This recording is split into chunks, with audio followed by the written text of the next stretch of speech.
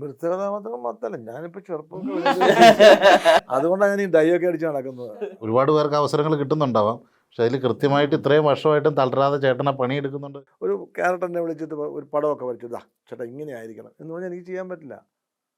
അത് എനിക്ക് പറ്റുന്ന രീതിയിലൊക്കെ ആയി വരണം. അത് എന്നാലും അത് എൻ്റേതാവുള്ളൂ, അല്ലെ പിന്നെ വേറെ ഒരാളുടേതായി പോകുന്നത്. ഇപ്പോൾ വിജയരാഘവൻ ഇപ്പോൾ ചെയ്യുന്ന പൊടുവിൽ ചെയ്ത കിഷ്കിന്താകാണ്ട് അടക്കം ഈ വർഷത്തിൽ ഏറ്റവും സെലിബ്രേറ്റ് ചെയ്യപ്പെട്ട ഒരു സിനിമയും ഏറ്റവും സെലിബ്രേറ്റ് ഒരു ക്യാരക്ടറുമായിരുന്നു അപ്പുപിള്ള എന്ന് പറയുന്നത്. അപ്പം അതിനോട് ബന്ധപ്പെട്ടിട്ട് ഇപ്പോൾ സമീപകാലത്തായിട്ട് താങ്കൾ ചെയ്തിട്ടുള്ള ഓരോ ക്യാരക്ടേഴ്സിനെ ആൾക്കാർ റീവിസിറ്റ് ചെയ്യുകയും അതിനകത്തുള്ള യുണീക്നെസ് കണ്ടുപിടിക്കുകയൊക്കെ ചെയ്തിട്ടുണ്ട്. ഇപ്പം പേരിലൂർ പ്രീമിയർ ലീഗ് ആയിക്കോട്ടെ, അതിന് മുൻപ് വന്ന പൂക്കാലായിക്കോട്ടെ, എല്ലാ സിനിമകളിലും.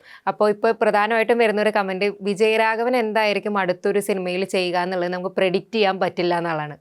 ഒരു ആക്ടർ ആയിരിക്കെ ഇത്രയും വർഷം കഴിഞ്ഞിരിക്കുകയും ആളുകൾ ഒരു ആസ് ആൻ ആക്ടർ അൺപ്രഡിക്റ്റബിൾ ആയിരിക്കുക, ആളുകൾ ലുക്ക് ഫോർവേഡ് ചെയ്യുകയാണ് എന്തായിരിക്കും ഈ സിനിമയിൽ താങ്കൾ ചെയ്യാന്നുള്ളത് അറിയാൻ.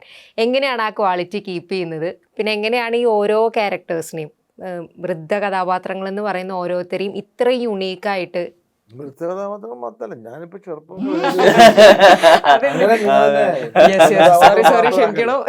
അതുകൊണ്ടാണ് ഞാൻ ഈ ഡൈയൊക്കെ അടിച്ച് നടക്കുന്നത്.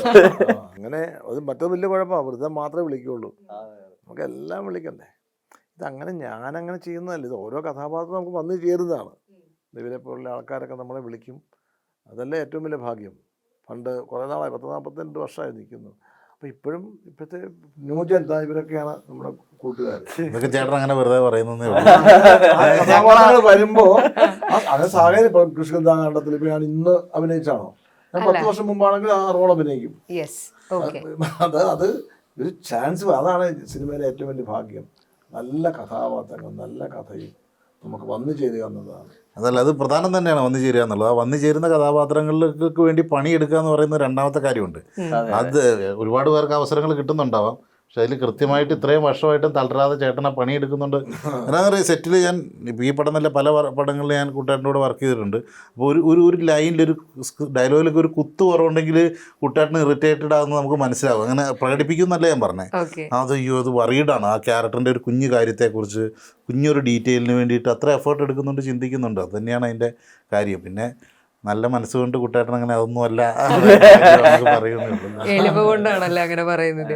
അത് ഈ സിനിമയിൽ തന്നെ ഇപ്പം ഞാൻ പിന്നെ വിജയരാഘവൻ സാറിൻ്റെ മകനായി അഭിനയിക്കുന്നു എന്ന് പറയുന്ന കോൺസെപ്റ്റിലാണല്ലോ ഇപ്പോഴല്ലേ എനിക്ക് കൂട്ടുകാരനായ. അപ്പോൾ അതിൽ ഇദ്ദേഹം ഫസ്റ്റ് മേക്കപ്പ് ചെയ്ത് ഒരുങ്ങുന്ന ഒരു പർട്ടിക്കുലർ ടൈം ഉണ്ടല്ലോ, ആ ടൈമിൽ അധികം ആരോട് സംസാരിക്കാതെ കുറച്ചും കൂടെ എന്തോ കുറേ അത് നമുക്ക് ഉള്ളിൽ എന്തോ പോകുന്നുണ്ടെന്ന് തോന്നും. എന്നിട്ട് ഫുള്ള് ഒരുങ്ങി ഒരു ചെറിയ എന്തെങ്കിലും ഇപ്പോൾ ചെരുപ്പിൻ്റെ ആകട്ടെ എന്തെങ്കിലും ഒരു പരിപാടിയിൽ കറക്റ്റായിട്ട് ആ ഫിറ്റിങ്ങിൽ ഉറച്ചതിന് ശേഷം റിലാക്സ്ഡ് ആകുന്ന ഒരാളാണ്. ചെയ്യുമ്പോഴേ എനിക്ക് ഇപ്പൊ ഒരു രോമൊക്കെ മാറുന്ന പിള്ളേർ വഴക്കുണ്ടാകും. ഇന്നലെ ഇവിടെ വരുന്ന അറിയുണ്ടോ, ഇതന്നെ ഈ രോമത്തെ ഇങ്ങനെ ഞാൻ പറയും.